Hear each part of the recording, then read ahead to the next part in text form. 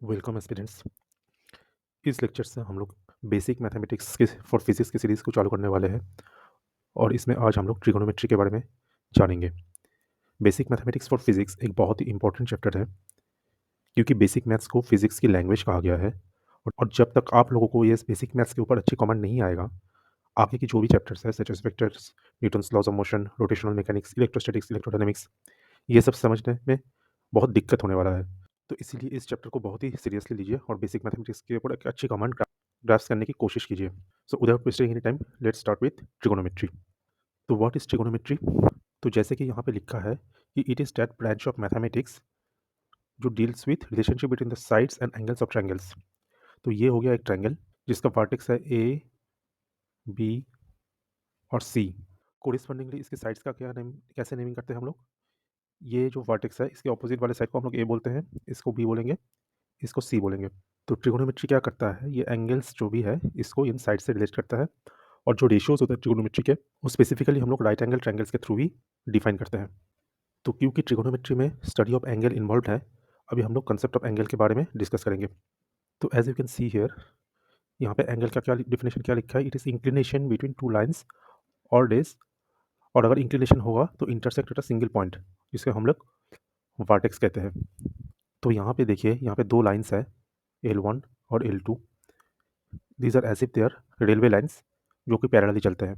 तो जब तक ये दोनों लाइन पैरेलली चलेगा एक दूसरे के साथ, इनके बीच में एंगल ज़ीरो होता है और ये कभी भी इंटरसेक्ट नहीं कर पाएगा। अगर इस तरफ हम लोग इन्फिनिटी में चले जाए और राइट साइड में भी हम लोग इन्फिनिटी में चले जाए, कहीं कभी भी ये इंटरसेक्ट नहीं करेगा। ठीक है, तो इस केस में हम लोग बोलते हैं कि दोनों line L1 is parallel to L2 और इन दोनों के बीच में कोई इंक्लिनेशन नहीं है, that is equal to zero. Inclination नहीं है, इसका फिजिकल मीनिंग क्या है कि जो डिस्टेंस है, डिस्टेंस ऑफ सेपरेशन है बिटवीन द टू लाइन्स, वो कभी चेंज नहीं होगा। माइनस इन्फिनिटी से लेकर प्लस इन्फिनिटी तक separation between the two lines, और जिसको हम लोग डी से डिनोट करते हैं, वो कांस्टेंट रहेगा। ठीक है, लेकिन अगर हम लोग एक वेक्टर मान लेते हैं, ये रे मान लेते हैं, ठीक है, रेड रे, ये लाइन के ऊपर अगर इसको थोड़ा सा टेढ़ा कर दे तो देखिए, ये इसको एक्सटेंड करने से ये, और इसको भी अगर एक्सटेंड करें ब्लू वाला रे को, तो यहाँ पे ये इंटरसेक्ट कर रहा है। ठीक है, इसका मतलब क्या हुआ कि दोनों के बीच में डिस्टेंस या तो बढ़ेगा या घटेगा, डिपेंडिंग अपॉन आप लोग वर्टेक्स से दूर जा रहे हो या वर्टेक्स की तरफ आ रहे हो। आप लोग इमेजिन कर सकते हो कि दो फ्रेंड्स हैं, आप और आपके फ्रेंड इस कॉमन पॉइंट से जर्नी शुरू किए। आप इस लाइन को पकड़ के जा रहे हो, आपके फ्रेंड इस लाइन को पकड़ के जा रहे हैं। आप ये रेड रे जो है, ठीक है, suppose this is R1, this is R2। तो मान के चलो आप ये रेड रे की तरफ जा रहे हो और आपकी फ्रेंड इस रे ब्लू वाला रे की तरफ जा रहा है।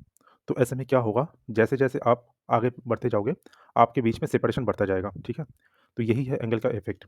तो यहाँ पे जो रेड रे था और ब्लू रे था, अगर हम लोग ऐसा करें, मान लीजिए इसको रे की टेल बोला जाता है और इसको रेल की हेड बोलते हैं। तो दोनों टेल्स को कोइंसाइड करके एक जगह फिक्स कर दे तो ये एक एंगल बना रहा है। ठीक है, इसको हम लोग आर्म बोल सकते हैं, आर्म ऑफ द एंगल। जो दोनों रेज हैं इसे हम लोग वर्टेक्स बोलते हैं और इसके बीच में ये एंगल थीटा। अब सवाल ये है कि एंगल को हम लोग मेज़र कैसे करें? क्या ये डिस्टेंस को हम लोग एंगल बोल सकते हैं? ये जो आर्क लेंथ है ए बी, इसको हम लोग एंगल बोल सकते हैं? अगर इसको एंगल बोलेंगे तो इसको क्यों नहीं बोलेंगे?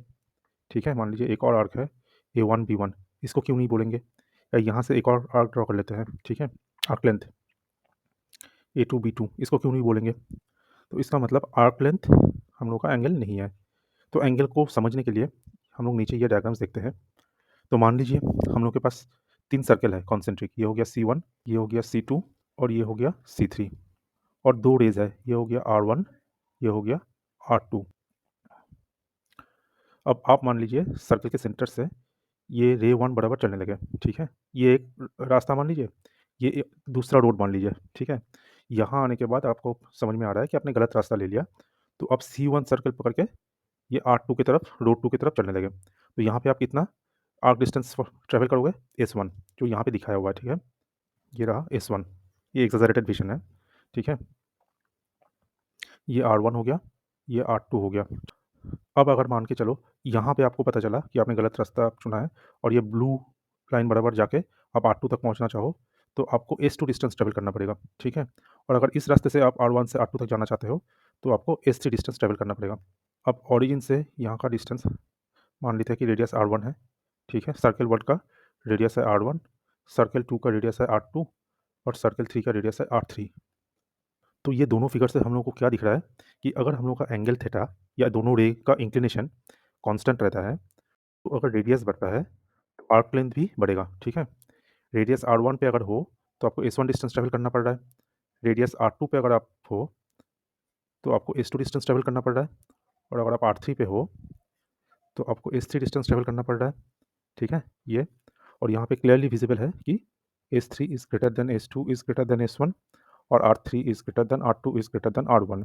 इसका मतलब जैसे-जैसे रेडियस बढ़ेगा, आर्क लेंथ भी बढ़ेगा, ठीक है? तो अब एक दूसरा सिनेरियो सोच लीजिए। एक सर्कुलर आर्क है जिसका रेडियस R है, ये कांस्टेंट है, ठीक है? और आप ट्रैवल करना चाहते हो पहले R1 से R2 तक, फिर R1 से R3 तक और फाइनली R1 से R4 तक, जिसका एंगल क्या है? पहला थीटा 1 है, उसके बाद थीटा 2 है, उसके बाद थीटा 3 है। तो जब थीटा 1 है तब आप आर्क R1 R2 या S1 आर्क डिस्टेंस ट्रैवल कर रहे हो ना, तो थीटा 1 के लिए आप S1 डिस्टेंस ट्रैवल कर रहे हो, थीटा 2 के लिए आप S2 डिस्टेंस ट्रैवल कर रहे हो, थीटा 3 के लिए आप S3 डिस्टेंस ट्रैवल कर रहे हो और हर एक केस में जो रेडियस ऑफ द सर्कल है और ये कांस्टेंट है, ठीक है? इसका मतलब अगर radius is equal to R is equal to constant रहता है, तो आर्क लेंथ क्या है? थीटा के ऊपर प्रोपोर्शनल, ठीक है? इस केस में क्या था? R बढ़ रहा है मतलब आर्क लेंथ भी बढ़ रहा है, रेडियस बढ़ रहा है मतलब आर्क लेंथ भी बढ़ रहा है। इसका मतलब arc length is directly proportional to the radius और यहाँ से आ रहा है arc length is directly proportional to the angle theta. तो हम लोग बोल सकते हैं कि arc length is equal to R times theta, ठीक है? तो थीटा क्या होगा? Theta is equal to arc length divided by radius. तो इस तरह से हम लोग एंगल को मेज़र करते हैं, ठीक है? और इसको हम लोग रेडियन में मेज़र करते हैं, इसको रेडियन बोलते हैं, ठीक है? Ratio of the arc length divided by ratio of the arc length to radius length is angle theta, जिसको हम लोग रेडियन में मेज़र करते हैं। तो ये most authentic way of angle measurement है और अभी हम लोग जो भी काम करेंगे ट्रिगोनोमेट्री में, सारा कुछ रेडियंस में ही होगा। तो हम लोग जब एंगल को रेडियन में मेज़र करते हैं, then theta is equal to S by R और इस सिस्टम को हम लोग सर्कुलर सिस्टम बोलते हैं, सर्कुलर सिस्टम।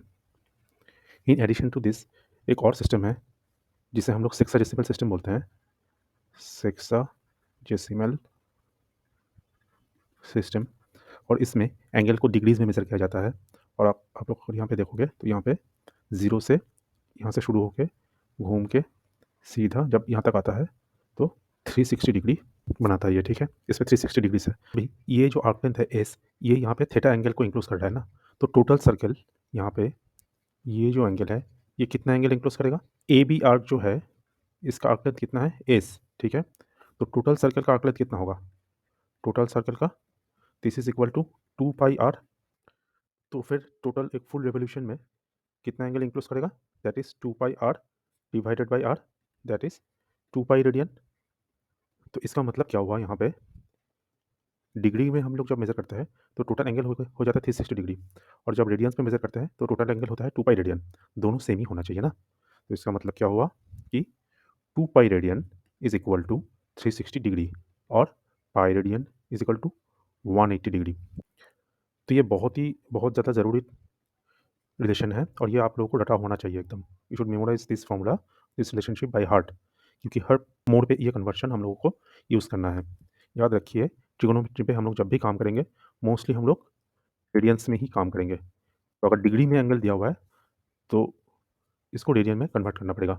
तो अब जब हम लोगों को रेडियन और डिग्री के बीच में जो रिलेशन है वो पता चल गया है, तो हम लोग कुछ रेडियन और डिग्री में कन्वर्शन प्रैक्टिस करेंगे। तो ये प्रैक्टिस करने से पहले एक चीज़ आप लोगों को याद दिला देता हूँ, मोस्टली सबको पता ही होगा, लेकिन फिर भी इन्फॉर्मेशन के लिए एक बार रिवाइज़ कर देता हूँ। जैसे कोई नंबर है 5, ठीक है? अगर इसको हम लोग 2 से गुणा करें और 2 से डिवाइड करें तो क्या आएगा? 10/2, सो 5 इज़ इक्वल टू 10/2 ना? दोनों सेम ही क नंबर है। तो इसी अप्रोच को हम लोग यहाँ पे यूज़ करेंगे ये कन्वर्शन के लिए। तो पहली बात तो हम लोगों को पता है कि pi radian is equal to 180 degree. तो इसका मतलब यहाँ पे जो भी एंगल होगा, हम लोगों का प्राइम टारगेट होगा कि इसको 180 में कन्वर्ट किया जाए। तो उसको हम लोग कैसे करेंगे? ये 30 डिग्री है। तो इसको कन्वर्ट करने के लिए पाई में, रेडियंस में, पहले हम लोग एक ब्रैकेट ले लेंगे यहाँ पे, इनटू अनदर ब्रैकेट, ठीक है?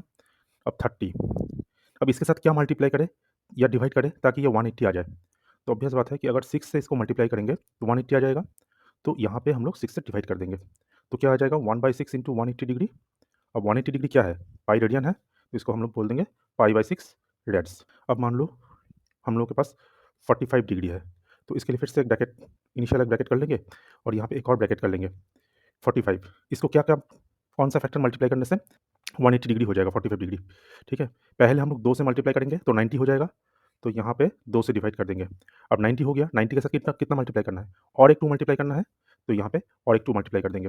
तो क्या आ गया ये 45 degree is equal to 1/4 into 180 degree, that is π/4 radian. क्यों? क्योंकि pi radian is equal to 180 degree, और यहाँ पे 180 डिग्री आ गया तो डायरेक्ट यहाँ पे आप लोग पाई बिठा दो।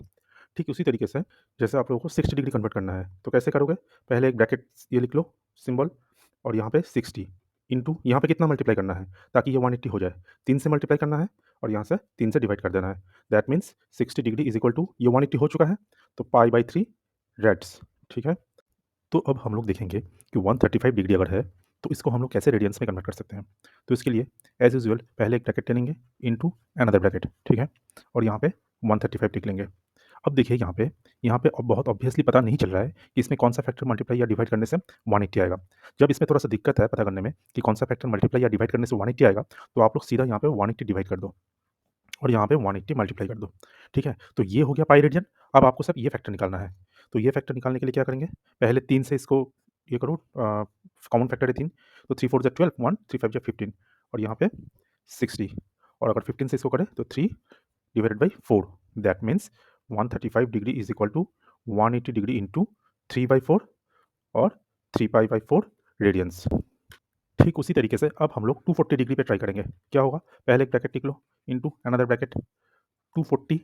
अब क्या करेंगे इसमें, तो अगर इसको 4 से डिवाइड करें तो 4 6 4 24, तो 60 आ जाएगा, तो यहाँ पे हम लोग 4 से मल्टीप्लाई कर देंगे। अब 4 ये और ये कट के क्या आ गया 60, इसके साथ क्या मल्टीप्लाई करना है 3 मल्टीप्लाई करना है, तो यहाँ पे 3 से डिवाइड कर देना है, तो क्या आ गया ये, दैट इज 4/3 इंटू 180 डिग्री और 240 degree is equal to 4π/3 radians. और एल्स आप लोग ऐसा भी कर सकते थे कि 240 डिग्री इज इक्वल टू, आप लोग को अगर ये फैक्टर्स निकालने में दिक्कत होता है तो क्या करना है, डायरेक्ट 180 से डिवाइड कर दो और यहाँ पे डायरेक्ट 180 से मल्टीप्लाई कर दो। ये क्या हो गया, पाई हो गया। अब क्या लिख सकते हैं यहाँ पे, that is 240 is equal to 180 into 24/18, that is 6 3 18, 6 4 24, 4/3, 180 क्या है पाई, तो 4π/3 रेडियंस। तो यहाँ पे भी 4π/3 रेडियन है, यहाँ पे भी 4π/3 रेडियन है।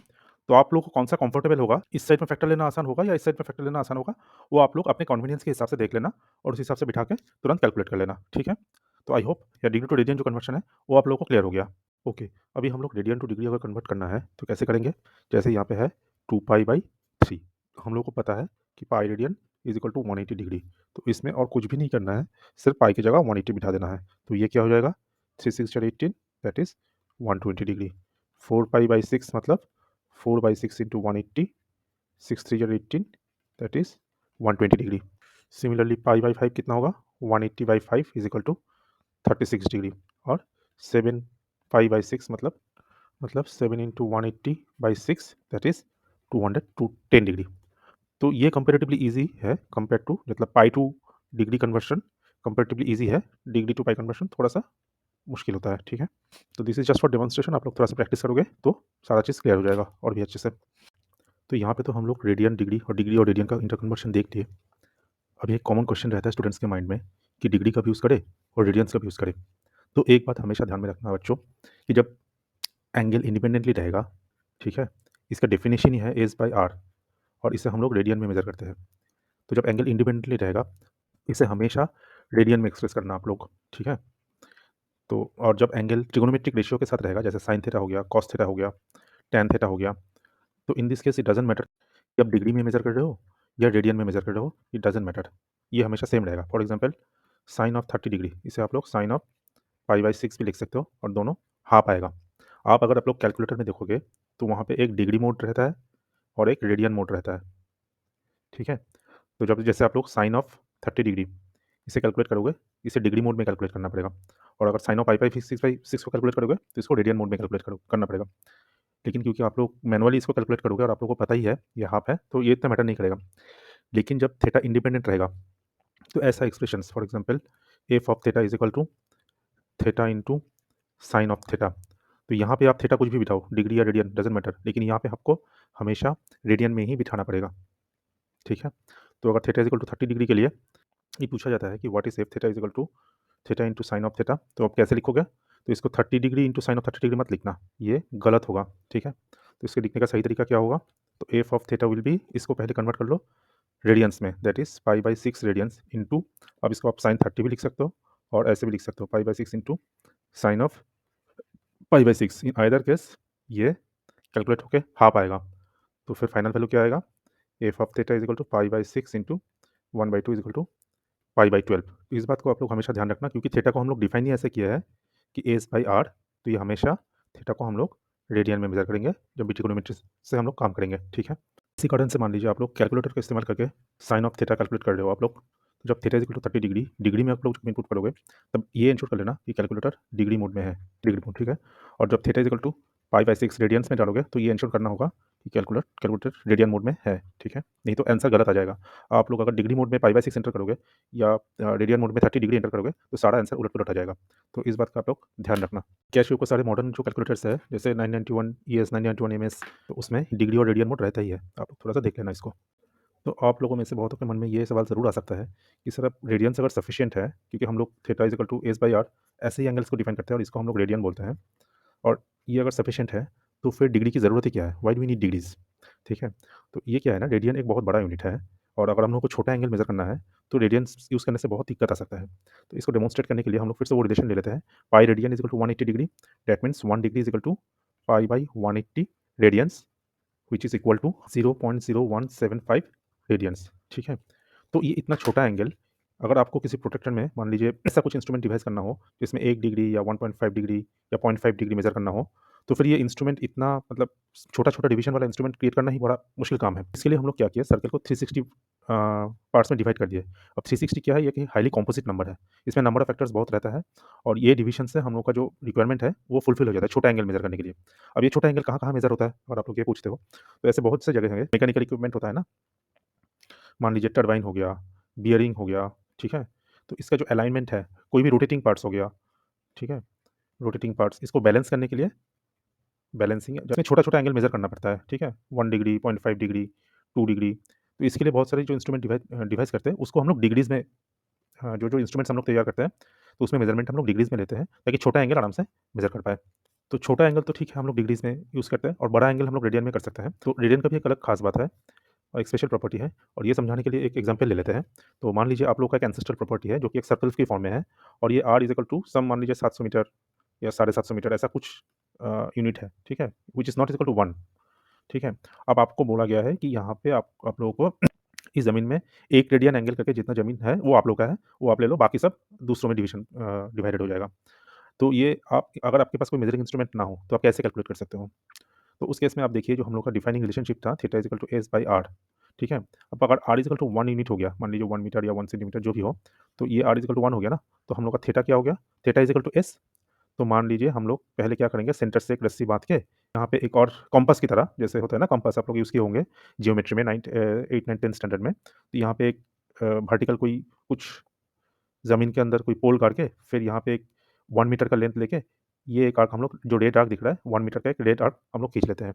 अगर ये 1 हो गया तो थीटा भी 1 हो गया, that means theta is equal to 1 radian. That means यहाँ पे आप लोग अगर ये रिलेशन यूज़ करते हो, थीटा इज़ इक्वल टू एस/आर, और एक यूनिट सर्कल ले लेते हो, तो यू कैन मेज़र 1 रेडियन, ठीक है? Without any instrument. तो ये इस रेडियन का खास बात है कि यूनिट सर्कल के लिए arc length he for a unit circle क्या होता है? Arc length is itself the angle, ठीक है? जो आर्क लेंथ आप मेज़र करोगे, उसकी जो लेंथ है, वही वो उसका एंगल हो जाता है। तो कुछ लोगों के मन में ये सवाल ज़रूर आ सकता है कि sir S is equal to R theta में, एस मीटर में मेज़र करता है, आर मीटर में मेज़र करते हैं और थीटा रेडियंस में मेज़र करते हैं। तो ये तो डायमेंशनली इनकरेक्ट रिलेशनशिप हो गया ना, यूनिट वाइज़ भी ये मैच नहीं करता है, क्योंकि हम लोग को पता है कि लेफ्ट हैंड साइड और राइट हैंड साइड का यूनिट सेम होना चाहिए। तो यहाँ पे तो है नहीं ये। तो बच्चों, आप लोगों को सिर्फ इतना ही याद रखना है कि थीटा इज़ इक्वल टू एस/आर, और इसका जो भी यूनिट्स होगा, ये कट-कट के ये अल्टीमेटली एक डायमेंशनलेस क्वांटिटी में कन्वर्ट हो जाएगा, ठीक है? डायमेंशनलेस मतलब इसका कोई डायमेंशन नहीं है। तो सवाल ये है, तो फिर इसको हम लोग यूनिट क्यों देते हैं? रेडियन क्यों बोलते हैं इसका यूनिट? तो एक तो आंसर ये है कि ये इसके लिए स्पेशल प्रोविज़न रखा गया है फिज़िक्स में, जो बड़े-बड़े साइंटिस्ट ने इस क्वांटिटी को डेवलप किया है, वो लोग इस क्वांटिटी को एक सप्लीमेंट्री क्वांटिटी बोलते हैं, ठीक है? ये एक सप्लीमेंट्री क्वांटिटी है। दूसरी बात, आप इस फिगर में देखिए, हम लोग एंगल को डिफाइन ही ऐसे किए हैं कि जब S is equal to R होगा, तो इसको हम लोग 1 रेडियन बोलते हैं, ठीक है? अब बाकी जो भी एंगल होगा, उसको हम लोग इसके मल्टीपल्स में देखेंगे। दैट मीन्स ये ब्लू वाला पार्ट मान लीजिए, ठीक है? अगर ये यूनिट सर्कल हुआ, r इज़ इक्वल टू 1 अगर होता है, तो theta is equal to S by R, और S is equal to R हुआ, मतलब ये 1 रेडियन हम लोग बोलेंगे, ठीक है? तो जब S1 हम लोग मेज़र करते हैं, तो ये इससे कितना बड़ा है, ठीक है? तो अगर मान लीजिए S1 इज़ 1.5 टाइम्स एस, तो हम लोग बोलेंगे दिस इज़ 1.5 रेडियन, ठीक है? सिमिलरली यहाँ पे ये ब्लू वाला जो एंगल है, ये रेड वाला एंगल से कितना छोटा है? तो अगर हम लोग बोलेंगे theta dash is equal to S1 ना, तो ये हम लोग बोल सकते हैं 0.5 एस, तो हम बोलेंगे कि theta dash is equal to 0.5 radian, ठीक है? तो क्योंकि हम लोग इस कंडीशन को डिफाइन किया हुआ है कि यही 1 रेडियन है, तो हम लोग बाकी सारा एंगल इसके साथ कंपेयर करके बोलेंगे कि ये ब्लू वाला एंगल ये रेड से कितना बड़ा है, ये ब्लू ये रेड से कितना छोटा है। तो इसको हम लोग कंपैरिज़न के लिए यूज़ कर रहे हैं, इसीलिए हम लोग बोलते हैं कि एंगल का एक रेडियन है। एंगल का एक यूनिट है जिसको हम लोग रेडियन बोलते हैं। क्यों? क्योंकि हमने ऐसे डिफाइन ही करके रखा है इसको, ठीक है? लेकिन बाय डिफ़ॉल्ट ये एक डायमेंशनलेस क्वांटिटी है। Theta is equal to S by R, इसका कोई डायमेंशन है नहीं। क्योंकि हम लोगों ने ऐसे इसको डिफाइन किया कि जिस कंडीशन में S is equal to R होगा, वही एक रेडियन होगा। इस कंडीशन को हम लोग स्पेशली डिफाइन किया हुआ है। इसके लिए इस डेफिनिशन के लिए एंगल का एक यूनिट आ जाता है। By definition angle is dimensionless, ठीक है? तो इसी कारण से ऑल्दो एंगल का एक यूनिट है, this is a dimensionless quantity, और ये स्पेशल कंडीशन को सैटिस्फाई करने के लिए हम लोग इसको सप्लीमेंट्री क्वांटिटी है, जो बड़े-बड़े साइंटिस्ट जिन लोगों ने क्वांटिटीज़ को डिफाइन करते समय इसको इस तरह से डिफाइन किया है, ठीक है? तो इसके लिए आप लोगों को मन में कोई कन्फ्यूजन नहीं होना चाहिए। आपको सिर्फ यही रिलेशन याद रखना है कि S theta is equal to S by R, it is a dimensionless quantity, और जब S is equal to R होगा, उसको हम लोग रेडियन बोलेंगे, और जब अदर एंगल्स को इसके टर्म में एक्सप्रेस करेंगे हम लोग, जैसे ये ब्लू एंगल इससे कितना बड़ा है, या ये ब्लू एंगल इससे कितना छोटा है, ठीक है? 0.5 छोटा है, यहाँ पे मान लीजिए 1.75 बड़ा है, तो तब हम लोग इसको एक यूनिट देंगे कि एंगल का एक यूनिट है रेडियन, ठीक है?